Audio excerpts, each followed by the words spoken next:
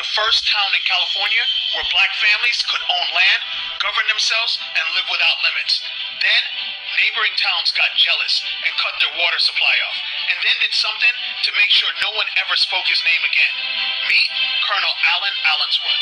Born enslaved in 1842, he rose to become a Union soldier, a minister, an educator, and the highest-ranking black officer in the U.S. Army when he retired. He didn't ask for inclusion. Instead, he built independence. In 1908, he founded a town with purpose. Allensworth, California had homes, farms, businesses, a school, a library, and a chance. It was a blueprint for black freedom, right in the middle of California. But powerful neighbors that were jealous of their success rerouted the town's waters. Those same neighbors got the banks to refuse loans for the town's residents and businesses. State officials were encouraged to turn their backs on them.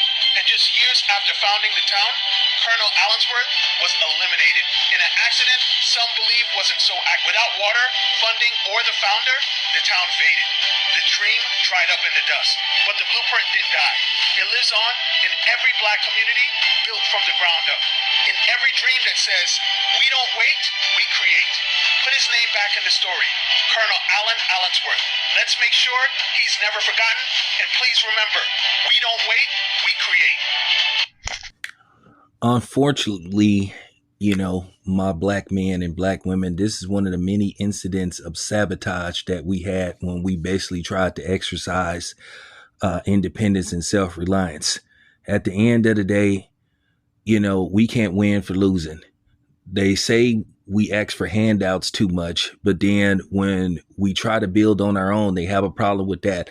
And they basically try to screw us. So at the end of the day, this is what people mean by white supremacy or supremacy, basically to be supreme over somebody. At the end of the day, they did not want us to match them or get ahead of them as far as, building and branching off. They thought we would surpass them. They thought we would do better.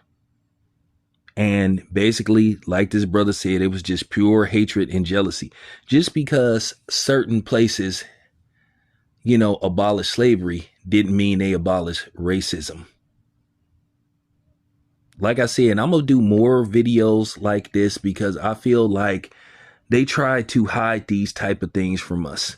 They love talking about, we need to move on from slavery and all this type of stuff. No. See, here's the thing. We the only ones that get told we need to move on from slavery and, forget about history and what was done to us. They only do that to us. And then they always try to use these fake ass Negro whispers. And then you get these cornballs that get online telling us, stop playing victim and all this kind of shit. Well, we were victims. We were victims and we still are victims. But this is why black people are so dependent on them. This is why black people feel like they can't function without them. It's been proven time and time again. Trust me, y'all. Rosewood, and Black Wall Street wasn't the only incident where this type of stuff was happening. They did this all over the country. Every time we tried to distance ourselves from them, they got pissed off and they would monkey wrench us and sabotage us. So there you have it. Quick message. But anyway, it's your boy Town Biz. I'm out.